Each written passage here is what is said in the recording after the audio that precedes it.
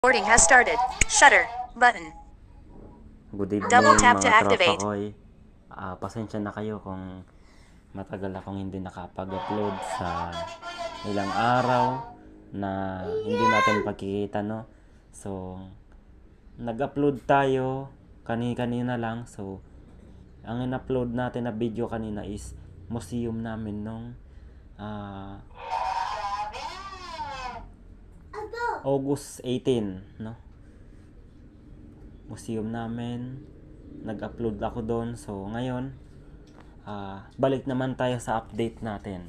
So mapapansin nyo, isang Remax na power bank at saka isang cellphone na Vivo.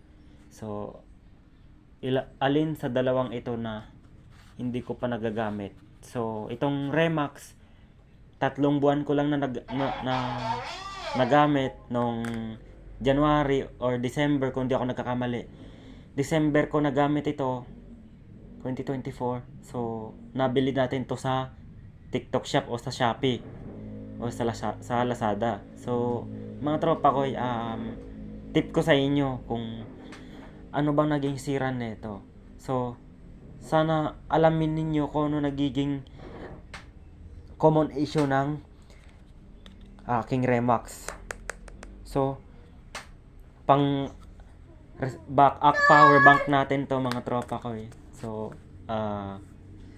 ngayon, ang bala ko dito, ipapagawa ko. Imbis na itapon ko, imbis na ibasura ko, ipapagawa ko to. So, ako kasi mga tropa ko, mahilig kasi ako magpagawa. Hindi ako minsan mahilig bumili. Pag mga ganyang pwede pang gawin mga tropa ko, bawa itong Remax. So lapit tayo, close up natin. So pag pinagawa natin to at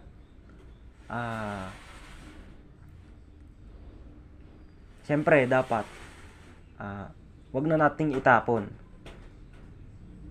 Halimbawa, bago-bago pa, tas biglang nasira. So wag na nating itatapon. So papagawa natin ito. Tapos posible kung ano maging sira nito,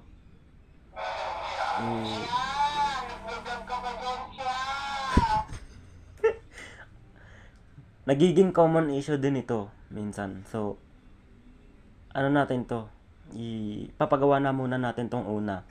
Kasi itong Vivo natin, so close up natin. Itong Vivo, papagawa natin to pag sa Quiapo, Maynila. Kasi doon, pag tayo nagpagawa doon, meron silang diagnostic tools na maggagawa nito. So, ayan, no. So, unahin muna natin itong close up natin. Unahin natin tong Remax.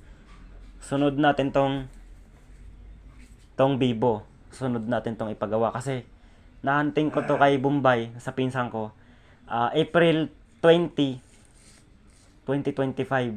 So matagal na sa atin to pero hindi pa rin to na ipapagawa. So unahin tong si Remax.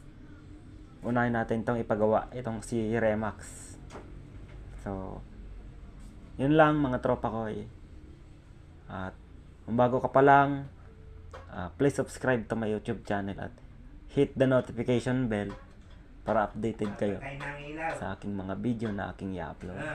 At mga tropa ko, maraming salamat. Thank you for watching. God bless.